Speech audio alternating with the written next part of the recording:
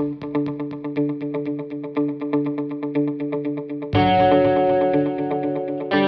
speech here.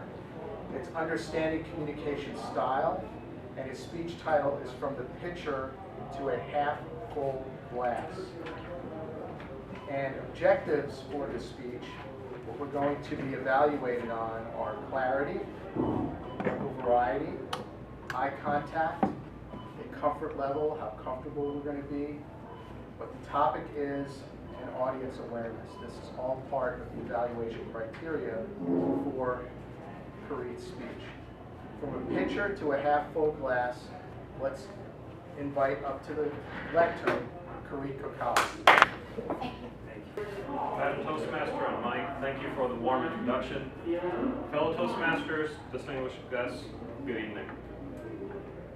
If leadership is the capacity to translate vision into reality, communication is then the glue that binds the journey together. I once learned in a psychology class that communication is both verbal and nonverbal, and that the situation you're in will dictate which to put more emphasis on. We tend to send cues via body language, modulation of voice, eye contact, posture, that momentarily can shift our communication style unbeknownst to us from one to another. And this is great news, because it means that we are hardwired for change.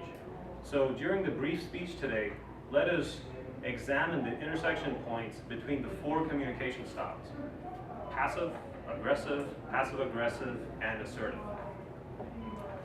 I like to identify myself with the direct, assertive style of communication.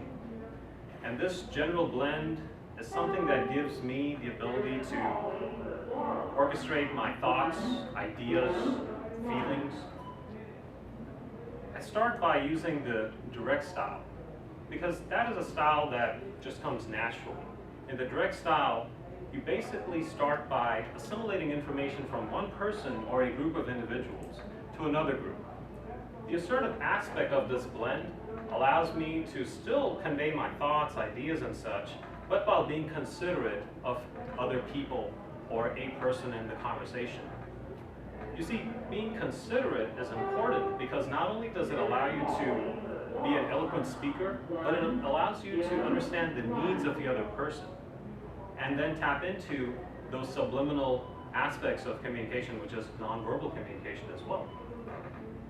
Several years ago, I was a young data architect, and my mentee, another bright data architect, started appearing late to our stand-up meetings. And that's pretty important in IT, that you attend your stand-up meetings and give a good status.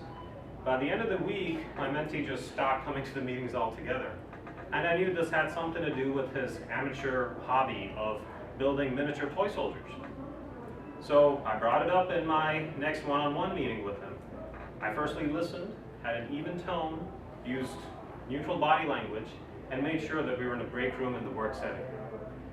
And I told him, hey, I'm completely with you. I support your passion. I think you should take this competition to the next level and represent Hewlett-Packard. However, just try and show up to the meetings. Even if you're late, it's okay. Just come on in, have a seat by the projector.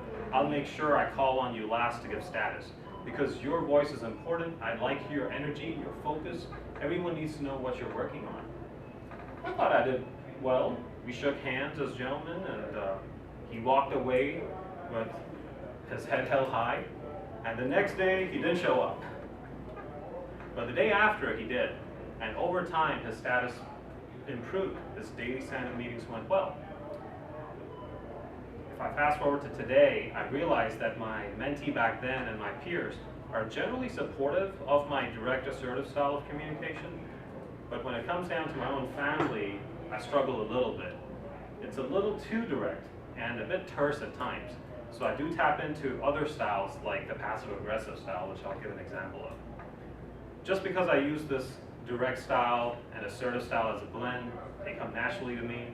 I'm not knocking on the other styles. They certainly have a place.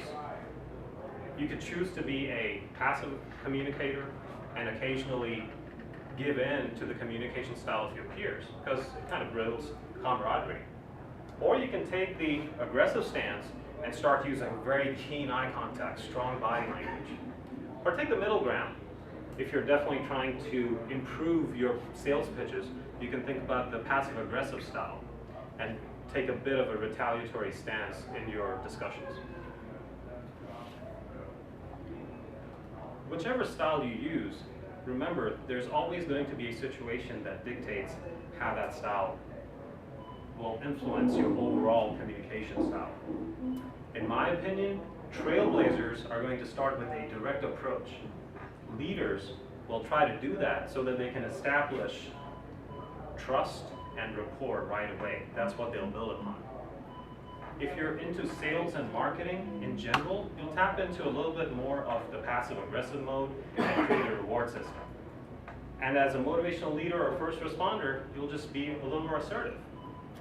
A common strand that's going to unite all these communication styles is always going to be opportunity. There's going to be an opportunity for you to literally step out of your comfort zone and assess how you're doing. You don't have to burn candles at both ends either. All you need to do is really assess yourself and take from the other styles. Use a blend. If the situation and environment's the problem, you can use your friendly Toastmasters meetings as an experiment ground. See, it's also using timed humor to your effect. Let's not forget that if you bring a full glass or a half-empty glass to the table, it's okay. The glass represents your mind and intellect.